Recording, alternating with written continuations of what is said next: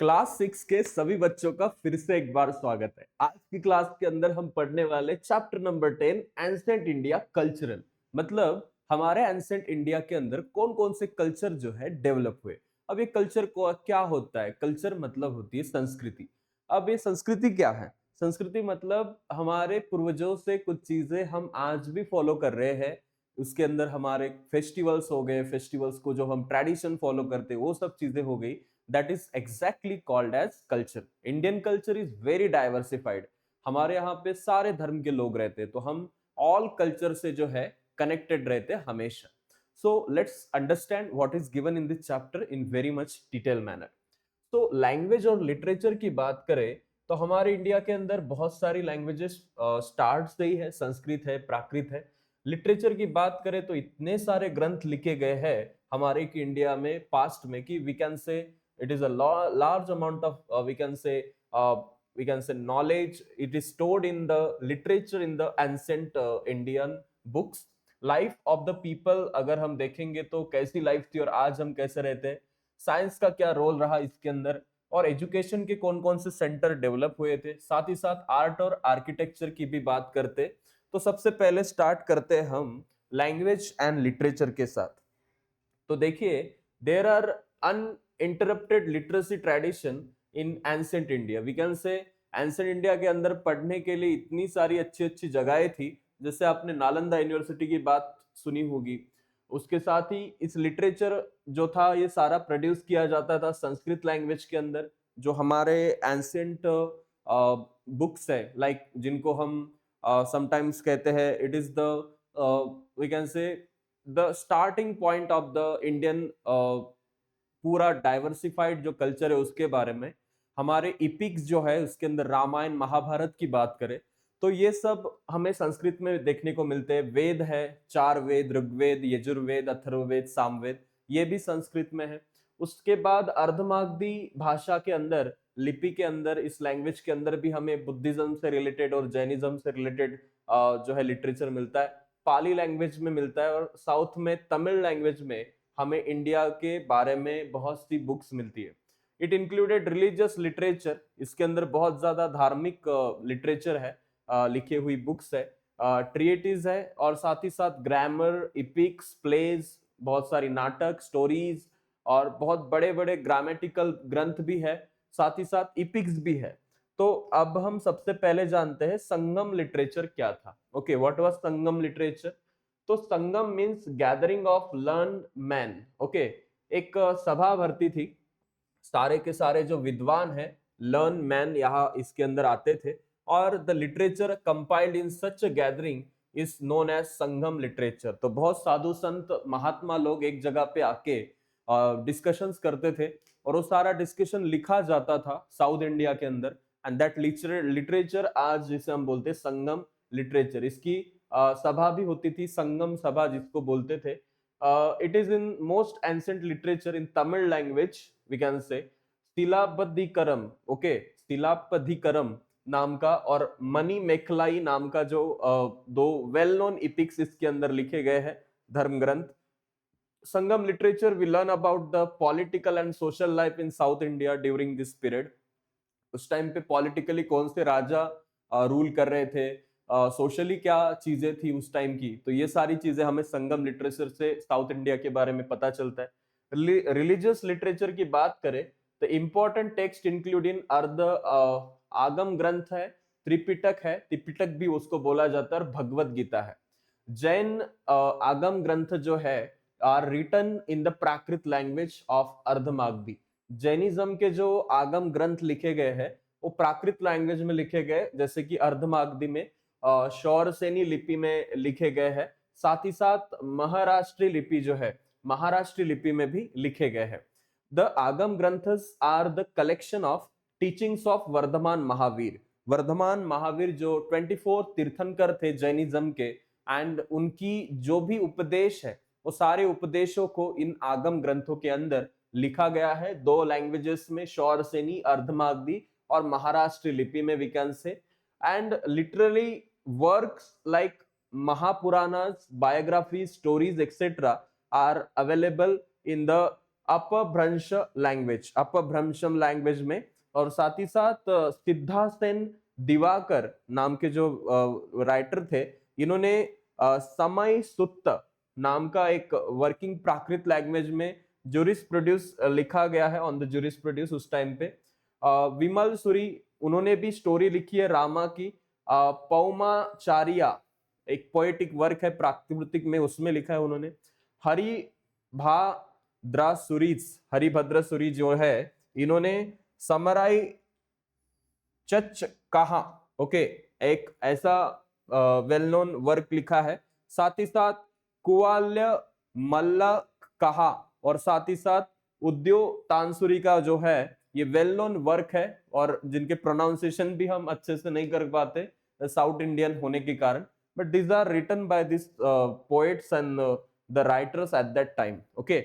तो ये सब चीजें हैं। साथ ही साथ अगर हम यहाँ पे देखें थोड़ा और एंशिएंट में जाए तो हमें in the past it is believed that most of the languages in the region from north India up to the Maharashtra are derived from Prakrit and Sanskrit. बहुत सी जो लैंग्वेज महाराष्ट्र नॉर्थ इंडिया में उस टाइम पे तैयार हुई थी वो प्राकृत से ही तैयार हुई थी, और कुछ लैंग्वेज संस्कृत से डिराइव हुई थी। The word Prakrit is derive from the word meaning natural. प्राकृतिक बोलते हो ना, प्राकृतिक स्पर्श, तो Prakrit means natural. Prakrit languages were languages in daily use of the people. आज भी डेली यूज में जो लैंग्वेजेस हम यूज करते हैं जैसे मराठी हो गई, तो ये it is the we can say Prakrit से ही आई हुई भाषाएं हैं। They can be divided into 4 groups. इनको हम 4 ग्रुप में नेमली डिवाइड कर सकते हैं। एक है पेशाचिनी नाम की जो लैंग्वेज है, दूसरी है शौरसेनी नाम की लैंग्वेज, तीसरी जो है वो है मगधी एंड महाराष्ट्री लैंग्वेज जो कि मराठी है आगे चल के। तो इन प्राकृत लैंग्वेजेस से कौन कौन सी भाषाएं आई है? पैशाचिनी लिपि, साथ ही साथ शौरसेनी, मगधी और Maharashtri language. Marathi develop from Maharashtri. Marathi language Prakrit Maharashtri language से तैयार हुई है, डेवलप हुई है। In the process of development of modern language like Marathi from the Prakrit languages their original form change. तो महाराष्ट्री लिपि जो थी, जो कि प्राकृत थी, उसका ओरिजिनल फॉर्म चेंज होके मराठी लिपि बनी है। Their original forms change and they are called as Apabhramsha language. उनको अपभ्रंश लैंग्वेज बोला जाता है जब किसी लैंग्वेज का ओरिजिनल फॉर्म चेंज होता है। Modern language have developed from अपभ्रंश लैंग्वेजेस। हिंदी, मराठी, ये जो लैंग्वेजेस है ये अपभ्रंश लैंग्वेजेस ही है। Tripitaka has 3 Pitaka. 3 पार्ट्स में, 3 बुक्स में ये लिखे गए थे, इनको त्रिपिटक बोला जाता है। पिटका मीन्स बास्केट और कलेक्शन। पिटका का मीनिंग क्या होता है? बास्केट या फिर collection. Here it is means section and Tripitaka is written in Pali language, you should know about it, and it consists of 3 categories of text। इसके अंदर पहला जो है सुत्त पिटक है, और ये जो सुत्त पिटक है ये टेक्स्ट इंक्लूड करता है text of Gautam Buddhas teachings और सरमन्स। उन्होंने जो भी उपदेश दिए हैं, जो भी टीचिंग्स दी है, उस सब के बारे में, गौतम बुद्धा के बारे में सुक्तास के फॉर्म में जो दिए हैं, जिनको सुक्ता बोलते हैं, टीचिंग्स को और सरमन्स को, तो ये सुत्त पिटक में दिया है। विनय पिटक की बात करें, the word Vinaya here means rules. Vinaya मतलब क्या होता है? रूल्स। और विनय पिटक ने हमें रूल्स ऑफ द बिहेवियर, जैसे भिक्खुज और भिक्खुनीस बुद्ध संघ के अंदर कैसे फॉलो करे डे टू डे लाइफ को, कैसे डिसिप्लिन में लाइफ को जिए, उसके बारे में विनय के अंदर दिया है। विनय मतलब रूल्स, विनय पिटक। तीसरा जो है अभिधम्म पिटक है। In this Buddhist doctrine we can say it has been explained a text title Atha Atta Katha, Atthakatha, and which explain the Tripitakas. Tripitaka को अच्छे से समझना है तो अभिधम्म पिटक पढ़ना चाहिए। women कंपोज द गाथास आल्सो, गथास इसके अंदर, और जो एक्सपीरियंसेस है उनके, उसको लिखा है उन्होंने। एंड दे उस गाथास को जो है एक बुक में उन्होंने लिख कर रखा है पाली लैंग्वेज में, उसे बोलते हैं थेरी गाथा। उसे क्या बोलते हैं? थेरी गाथा। उसके साथ ही Bhagavad Gita which is a sacred we can say text of the Hindus, it is part of the Mahabharata। Bhagavad Gita जो है भगवान श्री कृष्ण के अर्जुन को दिए हुए उपदेशों की बुक है, और ये महाभारत से रिलेटेड है। भगवत गीता हमें बताती है कौन सी सीख? Should know our duty without expecting the reward. हमें कर्म करते रहना चाहिए फल की अपेक्षा के बिना। And it also says that the path of devotion to god is open to all. भगवान को प्रेयर करने की जो अनुमति है किसी को लेने की जरूरत नहीं है, सबके पास वो डिवोशन गॉड को करने का हक है। आदि शंकराचार्य जो 8th सेंचुरी में रहे हैं, ही emphasized the knowledge and renunciation, and he wrote commentaries explaining the Upanishad, Brahma Sutra and the Bhagavad Gita.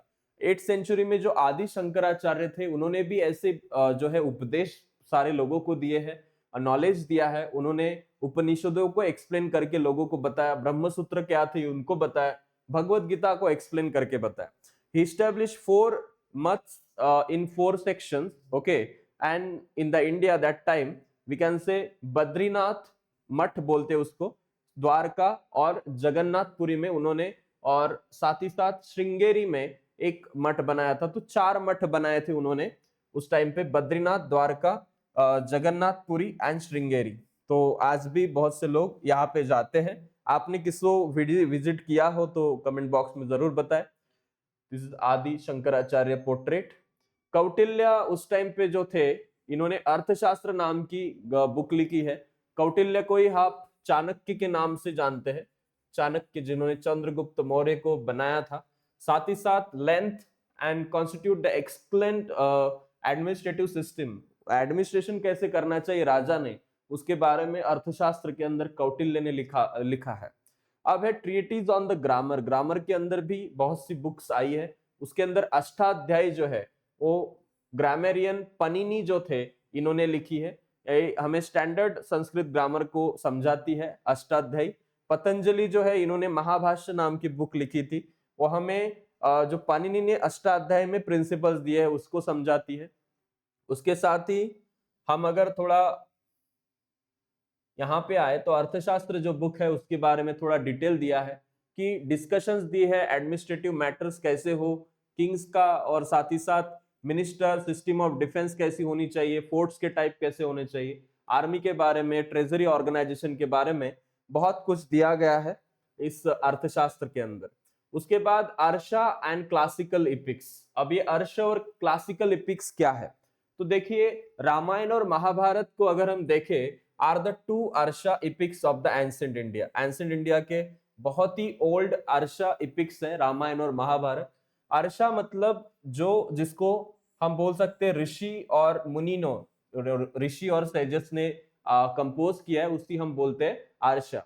And the Ramayana was compose by Rishi Valmiki. Ramayana को किसने लिखा था, जनरल नॉलेज का क्वेश्चन है, वाल्मीकि ऋषि ने लिखा था।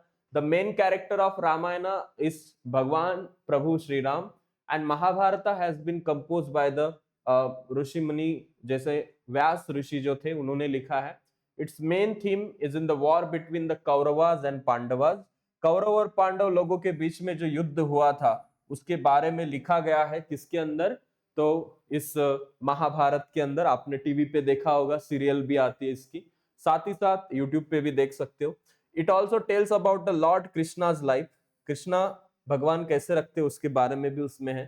Mahabharat provide the comprehensive picture of various human sentiments and emotions and their consequences. Mahabharata के अंदर ह्यूमंस के अंदर क्या क्या डिफॉल्ट्स होते हैं उसके बारे में बहुत ही डिटेल में समझा के दिया है। Sometime there is a such period in history of language, literature and art that its glory remains undiminished even later on. Art, literature and produce such period is said to be classical period of that time. Raghuvansh and Kumar संभव, ये कालिदास इन्होंने लिखे हुए नाटक है। कीर्तनार्जुन जो था, कीर्तार्जुनिया, ये भैरवी एंड साथ ही साथ शिशुपाल वध, ये मघ, इन्होंने लिखे हुए वेल नोन कंपोजिशन है एंशिएंट पीरियड के अंदर, और जो क्लासिकल संस्कृत के बारे में हमें समझाते हैं। थिएटर की बात करें तो थिएटर्स के अंदर India has an ancient tradition of telling a story through songs, music and dance. These arts have been discussed in great detail in the नाट्य शास्त्र by भरत मुनि। भरत मुनि ने जो नाट्य शास्त्र नाम का बुक लिखा था उसके अंदर बहुत ही डिटेल के अंदर जो हमें थिएटर स्टोरीज के बारे में जो है समझाया गया है। अब हम समझते हैं there are lots of theatre related dialogues also, ancient Sanskrit play, जैसे कि स्वप्न वासव दत्ता जो था, जो किसने लिखा था, भास ने लिखा था, उसके अंदर हमें बहुत सी चीजें देखने को मिलते हैं regarding that time. Also we can say यहाँ पे स्वप्न वासव दत्ता जो भास ने लिखा है, साथ ही साथ अभिज्ञान शाकुंतल, ये भी कालिदास जी का एक नाटक है, बहुत ही फेमस संस्कृत प्लेज है उस टाइम के। अब नैरेटिव लिटरेचर की बात करें तो in the ancient time story telling was used to educate people through entertainment. Story telling की जाती थी लोगों को अच्छे से समझाने के लिए दैट टाइम।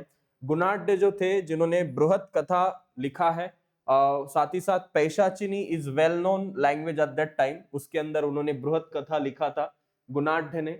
साथ ही साथ पंचतंत्र जो है ये पंडित विष्णु शर्मा इन्होंने कंपोज किया है, एक्सीलेंट एग्जांपल है नैरेटिव लिटरेचर का। This text has been translated into many languages. Similarly Buddha Jataka Katha जो थी ये भी उस टाइम पे लिखी गई है। Also we can say life कैसी थी लोगों की, तो the literature of ancient India sheds light on the way of life of common people at that time. Those were profess we can say prosperous time due to the flourishing internal as well as the foreign trade. उस time पे जो अंदर की भारत की situation भी अच्छी थी, prosperous थे लोग, सुख समाधानी शांति से रहते थे, और फॉरेन ट्रेड भी चलता था। Society was divided into different caste at that time. There were organization of traders also, artisans का भी ऑर्गेनाइजेशन हुआ करता था। This organizations were called as shrenis. उन ऑर्गेनाइजेशन को क्या बोला जाता था, श्रेणी बोला जाता था, ठीक है, श्रेणी बोला जाता था।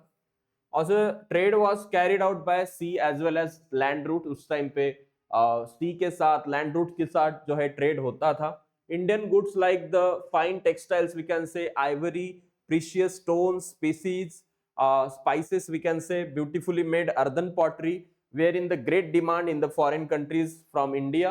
हमारे भारत से उस टाइम पे टेक्सटाइल मतलब कपड़े को बहुत ज्यादा जो था मान था। हमारे भारत के प्रीशियस जो स्टोन हमें यहाँ पे मिलते थे, हमारे मसाले बहुत भारत के देश में प्रसिद्ध थे। तो मेन क्रॉप जो थे हमारे इंडिया में राइस, व्हीट और बार्ली, साथ ही साथ मसूर का उत्पादन किया जाता था। डाइट में लोगों के उस टाइम पे अगर हम देखें इंक्लूड था, beside meat, fish, milk, ghee and fruits, the people mostly wore cotton garments। साथ ही साथ हम देख सकते सिल्क और उलन गारमेंट्स भी उस टाइम पे बहुत से लोग पहनते थे। देयर क्लोथेस रिसेम्बल टुडेज धोती। उसके बाद ऊपर ने मुंडा, साड़ीज, ये सारी चीजें जो है उस टाइम पे लोग पहनते थे। Concept of stitching clothes was introduce in India during the Kushan period. कपड़ों को स्टिच करना चाहिए, ये कंसेप्ट कुषाण लोगों के टाइम में इंडिया में आया था। अब हम साइंस की बात करें तो मेडिसिन के अंदर हमारे बहुत से लोग एडवांस थे आज के मेडिसिन से भी उस टाइम पे। Indian medical science is known as Ayurveda that time. It has a very old tradition. It seeks to understand the symptoms of illness, its diagnosis and treatments also. Also much thought has been given to the prevention of illness that time। जीवक नाम के जो थे ऋषि, उन्होंने एक वैद्य हुआ करते थे उस टाइम पे राजा बिंबिसारा के दरबार में। तो एक चरक संहिता नाम का बुक जो है जिसके अंदर हमें इंफॉर्मेशन मिलती है about the clinical diagnosis of and pharmacy also. It was written by Charak Samhita, Charak के द्वारा लिखी गई थी। जीवक एक वैद्य थे बिंबिसार के दरबार में। शुश्रूषा जो थे, सुश्रुत जो थे, इन्होंने डिफरेंट डायग्नोसिस किया, उनकी बुक थी शुश्रुष संहिता उसके अंदर। उसके साथ हम देख सकते हैं साइंस के अंदर इंजरीज, फ्रैक्चर, साथ ही साथ उस टाइम पे तो सर्जरीज तक की भी बात उन्होंने उस बुक में की है। अरेबिक लैंग्वेज में एक बुक है किताब सुसाद, जो वाग्भट्ट थे, उन्होंने भी बहुत सी बुक्स लिखी थी उस टाइम पे मेडिकल साइंस पे। अष्टांग संग्रह एंड अष्टांग हृदय संहिता ये मोस्ट इंपॉर्टेंट है उसमें से, जो उस टाइम पे वाग्भट्ट ने लिखी थी। बौद्ध भिक्खु सिद्ध नागार्जुन जो थे, इन्होंने भी एक बुक लिखी थी about medicinal science, chemicals and metal. रस रत्नाकर नाम की बुक थी नागार्जुन की। मैथमेटिक्स और एस्ट्रोनॉमी में भी हम उस टाइम पे बहुत आगे थे, वी कैन से बहुत डेप्थ पे एस्ट्रोनॉमी को हमने समझा है। Indians were the first to use the numerals 1 to 9 and 0 was also discovered in India। They invented the concept of decimal system in which the value of digit changes according to its place. Ekam, dasham, we can say units, tens and tens. And scientist Aryabhatta जो थे, इन्होंने आर्यभट्टिया नाम का जो ग्रंथ लिखा है, आर्यभट्टिया, इसके अंदर मेनी फॉर्मूले मैथमेटिकल ऑपरेशंस को उन्होंने बताया है। कि पाइथागोरस थ्योरम भी हमारे इंडिया का ही है। साथ ही साथ Aryabhatta was astronomer, we can say he stated earth revolves around the sun। And Varahamihir जो थे, इन्होंने बोला है पंच सिद्धांतिका के अंदर 6th सेंचुरी में प्रिंसिपल ऑफ इंडियन एस्ट्रोनॉमी के बारे में, principle of Greek, Roman and Egyptian civilizations के बारे में भी उन्होंने एक्सप्लेन किया था उस टाइम पे। Text in the mathematician Brahmagupta who lived in the 7th century, he were translated into Arabic languages that time. अब हम कनाद की बात करते हैं, उन्होंने एक बुक लिखा है वैश्विक दर्शन नाम का। इट मेनली डिस्कसेस अणु एंड परमाणु, जिन्होंने एटम और जो उसके रिलेटेड वी कैन से अणु परमाणु की बात करी है। कनाद ने universe is a full form of innumerable objects के बारे में बताया था। अणु के बारे में, एटम के बारे में सबसे पहले साइंस के अंदर इन्होंने हमें बताया है। अब हम देखें सेंटर्स जो थे उस टाइम पे एजुकेशन के, उसके अंदर तक्षशिला यूनिवर्सिटी हुआ करती थी, इंपॉर्टेंट सिटी जो है आज के पंजाब पाकिस्तान के अंदर। It is in the Pakistan currently. Archaeological evidence हमें वहां पे मिले हैं। It was established between the 6th century. Jivaka एक कंटेम्प्रेरी जो गौतम बुद्ध के थे, एक वैद्य उस टाइम पे, उन्होंने तक्षशिला यूनिवर्सिटी में पढ़ाई की थी। By the 4th century the fame of the university has spread wide. Chandragupta Maurya इसके फाउंडर थे मौर्य एम्पायर के उस टाइम पे, इन्होंने भी इसी यूनिवर्सिटी में पढ़ाई की थी जो तक्षशिला यूनिवर्सिटी है। ग्रामेरियन जो पाणिनि थे, वैद्य जो चरक थे, ये भी तक्षशिला यूनिवर्सिटी के स्टूडेंट थे। Greek historian Alexander give the description of this university also. They have stated that university did not exist anywhere in the Greece, this type of, and the person from the Chinese Bauddha Bhikkhu Faiyan, who came to India around 400 CE, also visited the Takshashila University. The university provided education in various subjects such as Vedic, we can say, also literature, Buddhist philosophy, economics also, and logic. Varanasi की बात करें, the river Ganga has two tributaries, we can say Varna and Asi. The city located between them come to be called as Varanasi. Warna और असी नाम की गंगा की जो tributaries है, वहां पे एक सिटी लोकेटेड है, उसको हम वाराणसी बोलते हैं, और इसी को काशी बोला जाता है generally. Since ancient time it had centers to provide education in the Vedic, Jain and Buddhist philosophy. Vallabhi नाम की जगह थी। Vallabhi was an ancient city in Saurashtra, Gujarat. And 5th of the 8th century की बात करें तो यहाँ पे जैन बुद्धिस्ट फिलोसफी, यहाँ पे युआन शांग भी आया था, इत्सिंग आया था, चाइनीज बौद्ध भिक्खुस भी यहाँ पे वल्लभी में विजिट किए थे।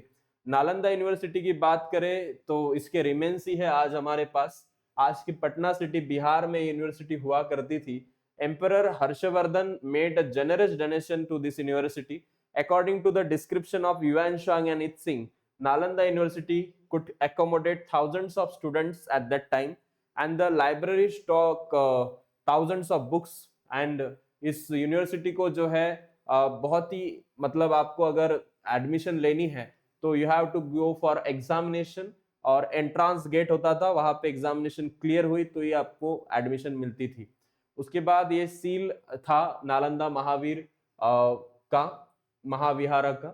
और इस यूनिवर्सिटी को जो है बख्तियार खिलजी नाम का जो आक्रमक था, जो आया था इस्लामिक स्टेट से, उसने जला दिया था। Vikramshila university, this university was located near today's Bhagalpur, Bihar, and it was established by Dhammapal नाम का जो धर्मपाल किंग था, उसने 8th सेंचुरी में इसको बनाया था। It had 6 विहारास, each having own separate entrance also. उसके बाद कांची में आए तो यहाँ पे भी हमें जो है यूनिवर्सिटीज की बातें देखने को मिलती है। डायनेस्टीज यहाँ पे कांची में, तमिलनाडु में इंपॉर्टेंट सेंटर था एजुकेशन का। वैदिक, जैन और बुद्धिस्ट टेक्स्ट पढ़ाते थे। आर्ट और आर्किटेक्चर की एंशिएंट इंडिया की बात करें, the Indian architecture reach the peak during the Maurya and Gupta period. Architecture में तो हमने गुप्ता और मौर्य पीरियड में अलग ही लेवल का काम किया है। द स्टोन पिलर जो इरेक्ट हुआ करते थे एम्परर अशोका पे टाइम पे, एक्सेलेंट एग्जाम्पल है इंडियन स्कल्पचर के। स्तूपा जो सांची में है, उदयगिरी में है, कंदागिरी में है, कार्ला में है, नासिक, अजंठा, एलोरा में है, they show the advanced tradition of the architecture at that time. Making images was developed at the Gupta period. Temple architecture developed during the reign of Chalukya and Pallava in dynasty of South India. Temples of Mahabalipuram are the testimony of this architecture, and the art of making bronze images was also developed at that time. We can say it was a great advancement in the architecture in this period. Also, Stupa of Sanchi, you can see images of the deities emerged during the period of the Pallavas. Iron pillar जो मेहरौली में है दिल्ली में, एक evidence है कि कितना knowledge इनको था कि वो मेटलर्जी के बारे में, कि वो आज भी उस मेहरौली के दिल्ली के जो पिलर को हो, आयरन को जंग नहीं लगा है. So thus we can say anti-Indian culture was very prosperous and advanced. The next chapter we will study about the India's contact with other civilization and its far-reaching impact on the India, we can say. So thank you so much. We can see the bronze statue of Nataraj here, the iron pillar of Mehroli you can see. Okay. So this is the exercise. Make a list of ancient Indian universities. तो आपको पता ही है, Vikramshila, Nalanda, Takshashila. List of Indian goods, the demand in the foreign spices वगैरह डाल दो इसके अंदर. तो इपिक कंपोजिशंस कौन थे? Mahabharata and all. The epic Ramayana किसने लिखा था? वाल्मीकि ने लिखा था, ऋषि ने. So science of Indian medicine is called as we can say Ayurveda. Then thousands of students could live at the which university? Nalanda or Takshashila? Tell me in the comment box. Maybe it should be a Takshashila University. Okay. So thank you so much. We have learned all this in this chapter. The next chapter we are going to see the ancient India and the world. Okay. So thank you so much. Have a great day.